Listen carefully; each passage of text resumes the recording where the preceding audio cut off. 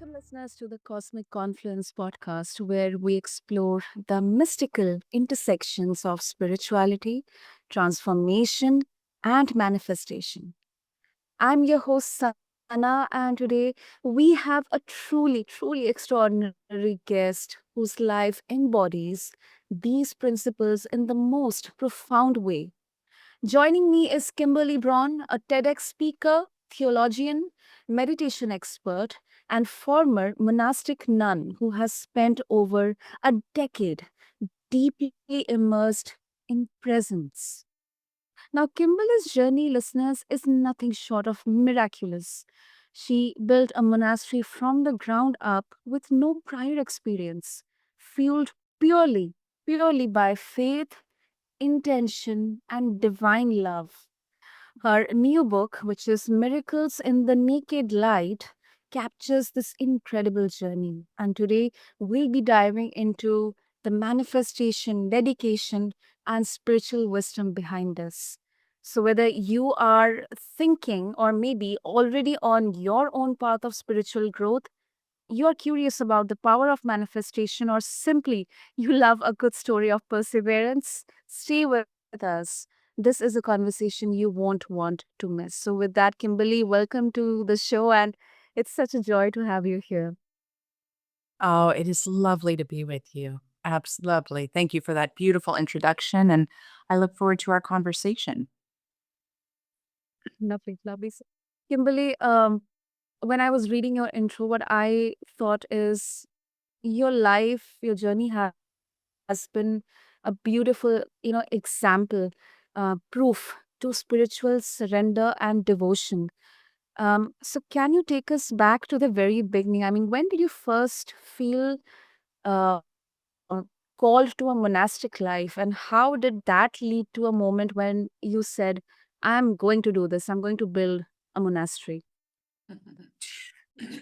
You know what? Actually, the whole story begins when I was 3, and it that I thought about monastic life, it was that I had an experience with my grandma who was close to dying, and I was there with her when she was on the couch, and I saw w the only way I could describe is it looked like there was a portal up to the right, up towards the ceiling, and in a very mysterious insight, I had the knowing that somehow she was gonna go through that portal, and I don't claim that as the objective truth, but more like a relative understanding of consciousness, and shortly after when she passed, it was as though she took an aspect of my understanding of life with her as she went through some kind of portal of consciousness. And so I think I was set up in this lifetime. We all have all these different gifts in life, and each one of us, it's precious. There's nothing more or less valuable or more or less impactful. But in a particular way, my life journey is about the many dimensions and the many realms that are involved in what we might call this awakening in consciousness.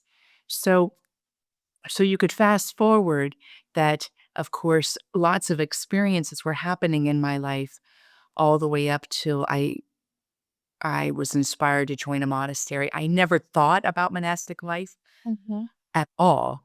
I would say that while I was having very profound, miraculous experiences that were part of my formation all my years.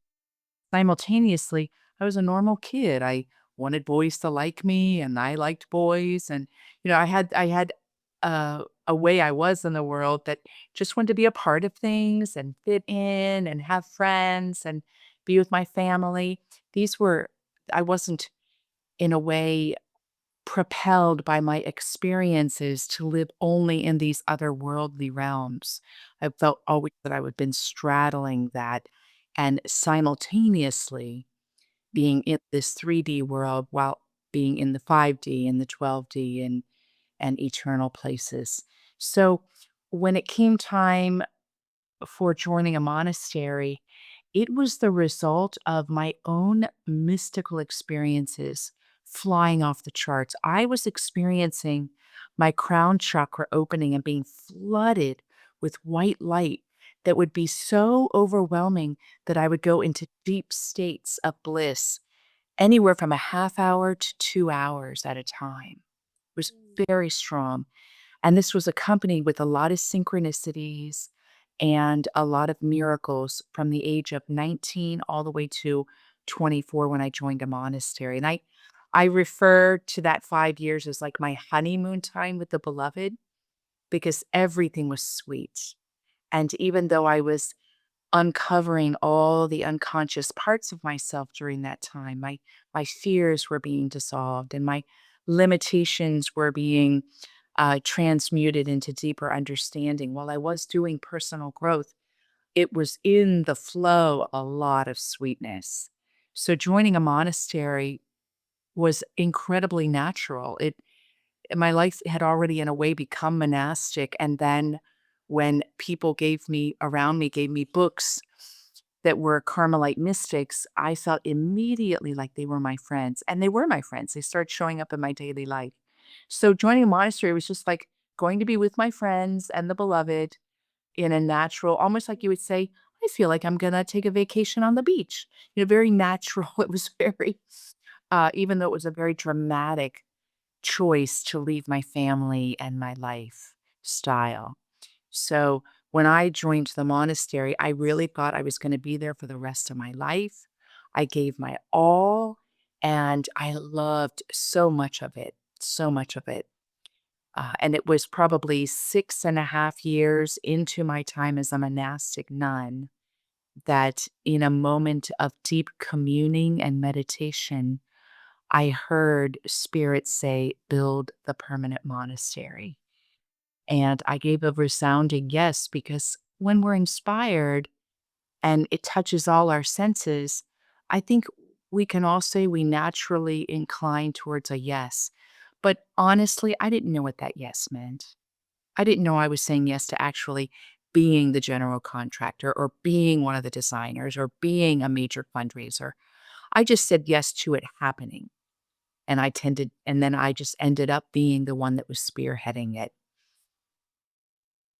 So there you got it, a whirlwind, a nutshell. Absolutely, Kimberly, because a lot of people they talk about listening to their inner voice, but you have actually followed it to such an extreme degree. So, in this, did you ever feel moments of doubt, and if yes, how did you navigate through those? It's a really great question. Uh, I would say the only places that I've experienced doubt, because we all have different shadow parts of ourselves that come forward, and my bigger challenges have been more around the wondering, like, where I belong in this life. So I would say my limitations have come a bit more from that and less around doubt. Where do I belong? Uh, am I wanted in this lifetime, in this life, in this 3D life? Where am I wanted? Have I been loving enough? Am I enough? Those are the kinds of things that have been my inner work to do. Where doubts have crept up, the doubts have never come into, am I guided? Because the guidance of spirit coming from my center has been so strong that I can't doubt it. It's been too clear. To doubt it would almost be to separate away from myself, and that just doesn't happen. But doubts have certainly arisen on, what am I meant to do? Like, am I making the right choice? Because though I've had all these big moments of a resounding yes and clarity, there are lots of little moments we all have where we can wonder, wow, was this the right next step? And for me, the way I work through those things are to trust and surrender. We are never, ever fully awakened to the point that we won't have moments of wondering. Because wondering is part of the process of revelation. It's part of the ways that the divinity of our being shows itself to us. So we have to have moments of unknown in order to know more deeply. And doubt can serve that. So when a doubt arises, I open up to the spaciousness of being. I ask for guidance known and unknown. And with courage, I jump, not impulsively, but intentionally. And there's a great humility to this because the confidence comes in the trust in spirit, not in I know for sure. And that's a skillfulness and a practice that every human being can develop. Mm. And you mentioned about spaciousness of being. What exactly it is meant and how we can cultivate that? That is a really great question. So, I'm going to give my answer, but if you're listening to this podcast, my answer is based on my experience. So, I don't want you to take what I'm saying as necessarily true, but rather notice what stirs within you when I'm sharing and where you resonate as, oh, that's true for me, or wow, I'm not sure that's true for me, because we're all guided inwardly with our own language around these things and with our own path of understanding. Um, so, spaciousness of being is a phrase that's paradoxical because being connotes something that can be talked about, has enough solidity to it that it can be talked about. And spaciousness is a vastness of what can't be nailed down. So, spaciousness of being to me is that place within ourselves that is our essential nature, that is the consciousness coming into form. So think about if uh, something was coming from nothing, the form of the nothing that's coming into form as something. That nothing is involved at that moment of it becoming something. There is a sense of the uncreated coming into creation. That into part is a place within us where we can rest into, where we can get in contact with and live from. And that I say would be our essential nature or our eternal pulse or throb of our being. It it has the illusion of being part of the solid part of ourselves that we're human and simultaneously being that which is completely uh, unable to be quantified. And how we get in touch with that? Well, largely it is opening up so it can reveal that part of ourselves can reveal itself. But there are practices. I think meditation practices are the powerful is a powerful way we can get in touch with that. Ceremony that is trance-like, that opens us up to an altered state is another way to get in touch with that. Uh, Participating in modalities, participating with individuals who are skilled in these realms, and they can, in a way, open the doors for us or take us along. Being in a group where the energy moves into these states because the group energy can let us touch in on our own energy. So nowadays, it's many and varied.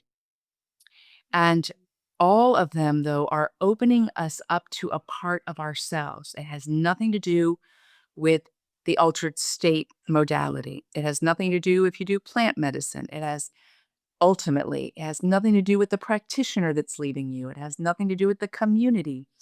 All of that is helping you get in touch with yourself. So, what is very important, I believe, because I guide a lot of people today, is to find what is your way. So, I teach a myriad forms of meditation. For some people, Vipassana is their what works for them. For others, it's mantra. For others, it's imagination. For others, it's subtle energy work. For others, it's breath. And Mm. that is the uniqueness of our path that's part of the adventure. So, to sum it up, this spaciousness of being is the core of who and what we are. It straddles time and timeless. We have access to it at every moment because it's part of what we are. There are many modalities to help us, and our commitment needs to be finding what works for us that opens us up to this part of who we are. Wow. And when you mentioned about it is something from nothing, uh, I could visualize the birth of the universe. I mean, we often say that it came out of nothing. I mean, there was just a small something, and so it's kind of the inner universe within us, and with channels like meditation, breath work, vipassana. I think more and more forms. We definitely can explore, navigate through this nothingness. So that's really really wonderful, Kimberly. That's what I understand. I love your reflection. That is really awesome. Thank you. Thank you. I can feel that in you. Great, great. And also, Kimberly, a bit of a pragmatic approach. So, when we talk about building something, whether it's a business, home, our life, anything, even a monastery, it comes with its fair share of obstacles. So, were there any moments where, for you, everything seemed to fall apart when you were having kind of a battle within your, mind and with your heart? And if yes, then how did you find the strength, the resilience to keep going? So, would you like me to use the monastery project as a good example of that? Anything. Monastery, I think. Let's start with the monastery only. Let's start with the monastery. There were two instances. I would say, honestly, with the monastery, I was in such an overwhelming flow of spirit because I literally had no experience and we had close to no money. So I had to plunge into the unknown and the trust in spirit. And I stayed there largely. I did not, I had been in monastic life for more than 6 years. So I had been dwelling in these realms in silence with meditation and chant in such a way that it had formed a capacity within me to stay in the unknown trust of spirit. And I didn't slip into control, which is what we want to do when we're managing our lives. Managing and controlling can sometimes be a little synonymous, and managing is the the holding of our responsibilities lightly. Controlling is where we try to egoically push things in certain directions. But there were two challenges that arose for me. The first was smaller, and that was that I had little moments where I actually doubted that I saw things correctly because I was working with all these people who were so experienced in construction, and I literally had no experience. Now, I had natural management skills and team building skills, and I had good attitude. You couldn't get me down. So I had a lot going for me, but I had moments where I would see a mistake that was made, and I'd have to draw it to the attention of people who had way more experience than me. And there were numerous times when I hesitated to say what I saw on a practical level because I thought, surely I'm seeing it wrong. That was my attitude. It's like, there's no way this expert engineer isn't seeing this and I see it. And each time it humbled me because finally I would admit it and I had seen it right. Now, largely these instances were small in number in the project, but they gave me a good chance to see, wow, it's not my place to doubt. It's my place to humbly submit because when we give into doubts, sometimes that can even be a form of defense within our own minds and hearts. Not wanting to have the dialogue around it or not wanting to uh, appear sheepish or uh, not wanting to have to deal with our doubt or deal with what we need to speak about. We want to run away from the situation. Doubt can be a way to run away. The second one was much more all consuming in that towards the end of the project, and I think this happens in all our lives when we give a big yes to life. I excuse my English. The shit hit the fan. The monastery project was so luminous and such a miracle.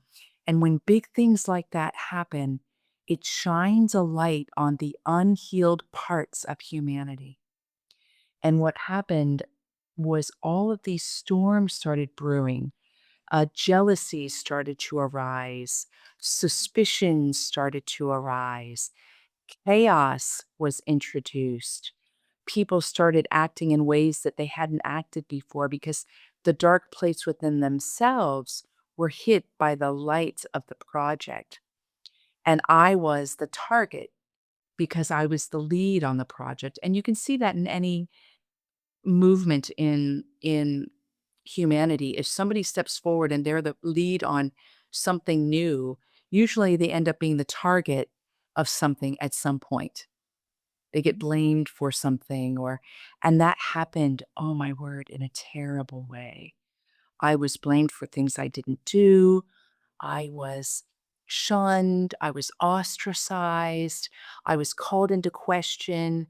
I had to go through audits and all sorts of hoops that, in addition to building a major monastery, which took all my heart and soul and mind, I also then had to deal with all of this negative energy that arose out of nowhere in all these unexpected places. And what happened for me that was most challenging was it crushed my heart. I mean, it crushed my heart because what was happening was so beautiful for our community. And the fact that there were individuals, not the majority, but people who had enough power who were causing a lot of trouble,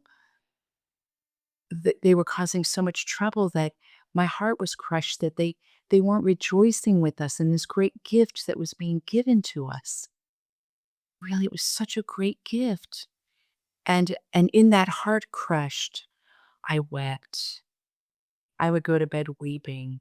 And these storms just they really unleashed themselves for about 6 solid months. And how did I come through it? Honest to goodness, I was carried by the divine. I don't know how I came through it. All I kept doing was staying the course with what I was responsible for and navigating things with kindness and compassion. And I devoted myself to that way of traveling. I looked just to the day, just to the moment, doing what I could do that was kind and compassionate and being true to my responsibilities.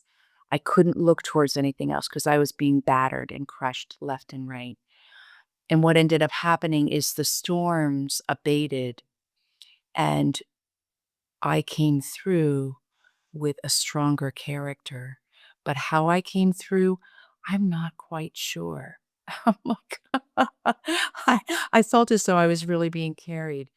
But I think when the unhealed parts of ourselves are being hit very hard, because for me it was the crushing of betrayal and the crushing of being judged wrongly over and over again and not being given any trial or any dialogue.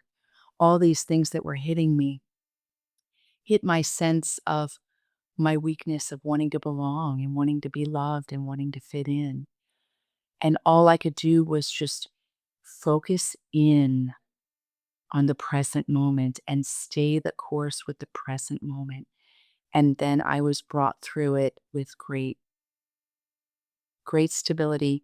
And I came through it with new eyes. That is so, so beautiful. And I think this journey, it's equally important for in personal as well as in professional lives as well, because divine or spirituality is something, I mean, skeptics think that it is not applicable in the world of business or work. But I think so many lessons we can learn from your journey here. Those 6 months, those storms, and then how you uh, carried through those storms, and how you were actually carried by the divine through those storms. I think that's really, really such an important perspective to look at it. So, before we wrap up, Kimberly, if our listeners would like to connect with you, and also, uh, uh, if they would like to seek wisdom on how they can embrace spirituality, surrendering to it, uh, believing in their inner selves, how they can do that. Absolutely. And so if you're listening and you'd like to connect, I am available in many ways. I have private sessions that I do with people. I have a whole realm of the way we could tailor our sessions so I can support you in your journey. I have online courses, 3 books, 3 CDs. I have a profile on Patreon where I give free videos once a week. And then I also offer meditation immersions 3 times a year. I lead retreats. And if you're somebody who has a community, you can bring me in for your group. I love coming into both small and big groups and being of service to what your needs are. All of these options and more can be found on my website, kimberlybraun.com.